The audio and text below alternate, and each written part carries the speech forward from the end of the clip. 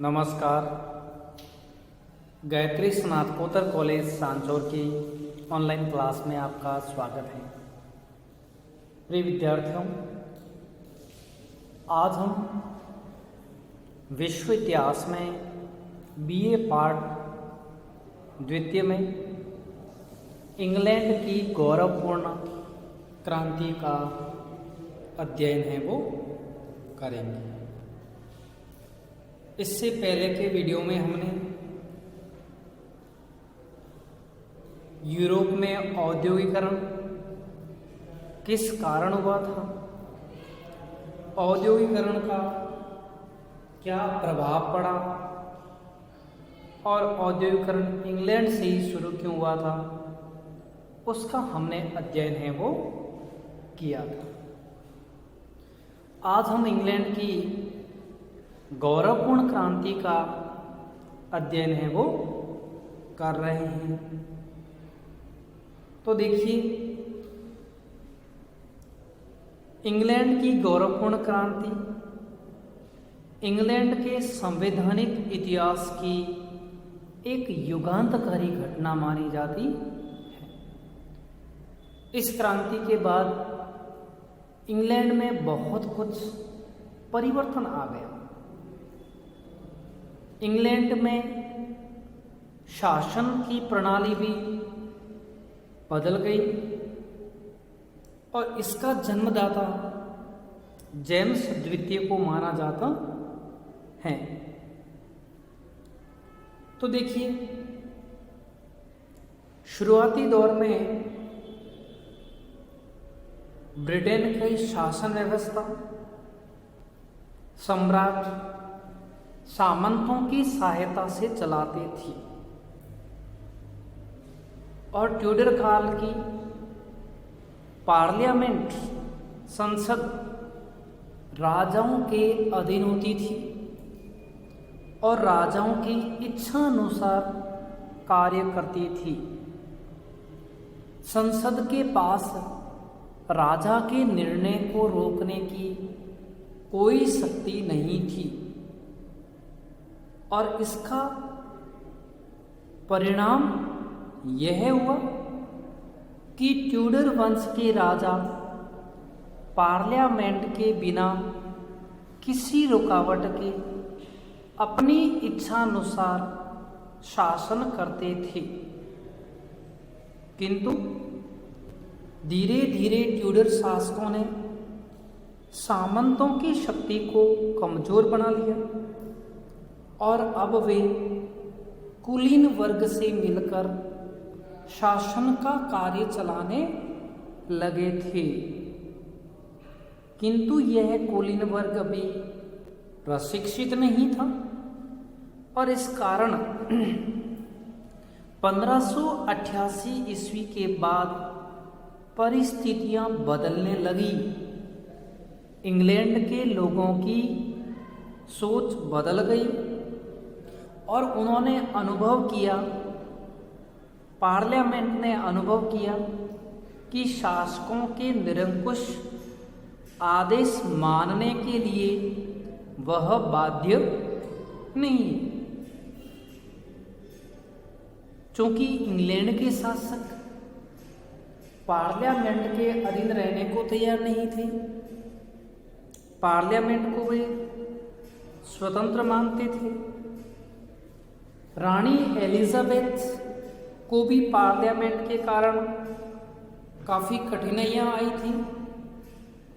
समय के साथ साथ परिस्थितियां बदलती रही और ऐसे अयोग्य शासक सम्राट इंग्लैंड में बने जो न तो उन परिस्थितियों को बदल सकते थे, न ही जनता के अविश्वास को भाप खाए। और इसी के कारण इंग्लैंड में गौरवपूर्ण क्रांति हुई थी। गौरवपूर्ण इसलिए कहा जाता है कि इसमें बिना किसी रक्तपात के, बिना किसी खून खराबे के सत्ता का परिवर्तन हो गया। इंग्लैंड में गौरवपूर्ण क्रांति में बिना किसी खून खराबे के सत्ता का परिवर्तन हो गया था। अब देखिए, हम पढ़ रहे हैं गौरवपूर्ण क्रांति के कारण 1685 ईस्वी में चार्ल्स द्वितीय के बाद उसका भाई जेम्स द्वितीय शासक बना। वह कुशल व व्यवहारिक राजनीतिज्ञ नहीं था। वह जिद्दी तथा अदूरदर्शी भी था तथा उसमें बदला लेने की भावना है वो प्रबल थी। और धार्मिक दृष्टि से वह कट्टर कैथोलिकवादी था। केवल और केवल वह कैथोलिक को बढ़ावा देता था। प्रोटेस्टेंट वादियों के प्रति उसका कोई आकर्षण है वो नहीं था। और कैथोलिक के खिलाफ बोलने वालों को वह विधर्मी मानता था। और राजनीतिक दृष्टि से वह सारे निर्णय अपनी स्वेच्छा से देता था। वह कैथोलिक धर्म तथा स्वेच्छाचारी शासन स्थापित करना चाहता था। देश के स्थापित नियम तथा धर्म की उपेक्षा कर और लोकमत को ठुकरा कर भी अपने उद्देश्यों को पूरा करना चाहता था।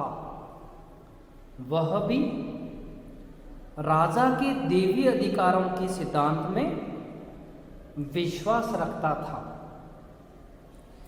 जेम्स के राज्यारोहण के समय परिस्थितियां सर्वदा उसके अनुकूल थी, लेकिन उसने अपनी व्यक्तिगत त्रुटियों के कारण परिस्थितियों को विषम बना दिया था। और उसकी इसी नीति के कारण 1688 ईस्वी में असंतोष, जनता का विद्रोह, पार्लियामेंट का विद्रोह चरम सीमा पर पहुंच गया था। 1688 ईस्वी में उसके पुत्र उत्पन्न हुआ, जिससे जनता और भी क्रोधित हो गई थी, क्योंकि अभी तक जनता के मन में ये था कि जेम्स द्वितीय बुजुर्ग हो गया है, उसके कोई संतान नहीं है, अतः उसकी मृत्यु के बाद हमें इस स्वेच्छाचारी और निरंकुश शासन से मुक्ति मिल जाएगी। लेकिन जब उसके पुत्र उत्पन्न हो गया तो इससे जनता में क्रोध और भी बढ़ गया, क्योंकि अब वह जेम्स द्वितीय का उत्तराधिकारी बनेगा। अतः ब्रिटिश संसद ने हॉलैंड के राजकुमार विलियम ऑरेंज को, जो जेम्स की बड़ी लड़की मेरी का पति था, उसको सिंहासन पर बैठने के लिए आमंत्रित किया था। विलियम ऑफ ऑरेंज के आते ही जेम्स द्वितीय इंग्लैंड से भाग गया और इस प्रकार बिना किसी रक्तपात अथवा हिंसा के ब्रिटेन में सत्ता का परिवर्तन है वो हो गया। इंग्लैंड के इतिहास में यह घटना गौरवपूर्ण क्रांति के नाम से जानी जाती है और इसके बाद संवैधानिक विकास का कार्य है वो शुरू होता है। आज हम इसी गौरवपूर्ण क्रांति के कारणों का अध्ययन है वो करेंगे। आपके एग्जाम में इसमें से एक 15 नंबर का अंक का बड़ा प्रश्न आने की संभावना बनती है। तो देखिए, पहला कारण है जेम्स का कैथोलिकवादी होना। तो देखिए, जेम्स द्वितीय के राज्य खो बैठने का मुख्य कारण था कि वह कैथोलिक धर्म को पुनः इंग्लैंड में स्थापित करना चाहता था। वह कैथोलिक धर्म का कट्टर अनुयायी था और अपने धर्म के लिए कुछ भी करने को तैयार था,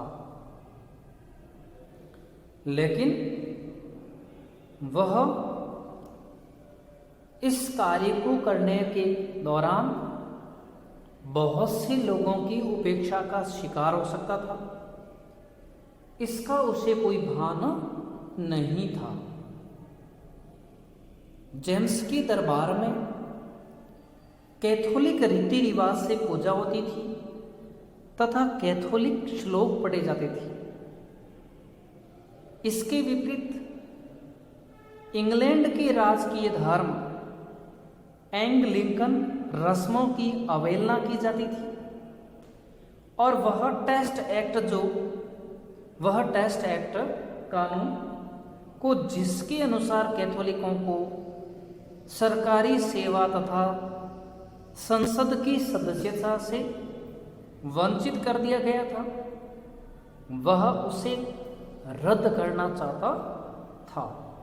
अर्थात पूर्व में जो एंग्लिकन रस्में होती थी उसको भी उसने अवहेलना करनी शुरू कर दी और एक टेस्ट एक्ट पारित किया गया था जिसमें बिना टेस्ट दिए, बिना योग्यता के कैथोलिकवादियों को सरकारी सेवा और संसद की सदस्यता से वंचित कर दिया गया था।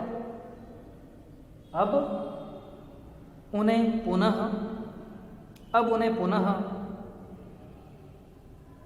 इसने रद्द करते हुए अधिकार दे दिया। इससे जनता नाराज हुई और उनके खिलाफ तरह तरह के षड्यंत्र शुरू हो गए। यद्यपि संसद को भंग नहीं किया, किंतु जेम्स ने इसकी कोई बैठक नहीं बुलाई और मनमाने ढंग से टेस्ट एक्ट को रद्द करते हुए अपना शासन निरंकुश तरीके से शुरू कर दिया और उसकी इस निरंकुशता को संसद और जनता सहन ना कर सकी। जनता को अब लगने लगा कि जब तक जेम्स द्वितीय का इंग्लैंड में शासन रहेगा तब तक कभी भी हमें हमारे अधिकार नहीं मिलेंगे, कैथोलिकवादियों का ही दबदबा रहेगा। अतः संसद और शासकों के बीच चला आ रहा संघर्ष अब चरम सीमा पर पहुंच गया और जेम्स ने यह भी घोषणा की थी कि वह किसी भी कानून को रद्द कर सकता है, कोई भी नया कानून लागू कर सकता है और उसने संसद द्वारा पारित अनेक कानून रद्द कर दिए जिसमें टेस्ट एक्ट भी शामिल था। तो यह जो जेम्स द्वितीय का कैथोलिकवाद था, इससे अन्य सारे लोग नाराज हो गए और इससे वे उनको हटाने की कोशिशें वो करने लगे थे। दूसरा कारण हम देख सकते हैं स्थायी सेना में वृद्धि। जेम्स द्वितीय के राज्यारोहण के समय परिस्थितियां बड़ी आशाजनक थी। प्रिंस ब्रिटेनियनों की नेता आर्जिल ने जब विद्रोह किया था तो उसे बड़ी सुगमता से पकड़ लिया और राजद्रोह के आरोप में उसे फांसी की सजा दी गई थी। और जब मनमथ ने विद्रोह किया तो मनमथ ने अपने को चार्ल्स द्वितीय का जायज पुत्र और गद्दी का वास्तविक उत्तराधिकारी बताया और कुछ लोगों का सहयोग भी प्राप्त किया था। ठीक है, तो इससे अब जेम्स द्वितीय को प्रतीत होने लगा कि मुझे एक बड़ी सेना की आवश्यकता होगी, और इसके लिए उसने कैथोलिक धर्म वाले सैनिकों की सेना में स्थायी भर्ती करनी शुरू कर दी। अंग्रेज लोग इस स्थायी सेना को रखने के विरोधी थे और वे किसी भी कीमत पर इसे स्वीकार है वो नहीं कर सकते थे। जेम्स ने उन सभी की भावनाओं की उपेक्षा करते हुए 30,000 सैनिकों की स्थायी सेना तैयार कर ली और इस स्थायी सेना में सर्वाधिक कैथोलिकवादी व्यक्तियों को है वो लिया गया था, और इस सेना की मदद से वह जनता में खौफ फैलाता था, फौजी शासन लगाने के बारे में बोलता था।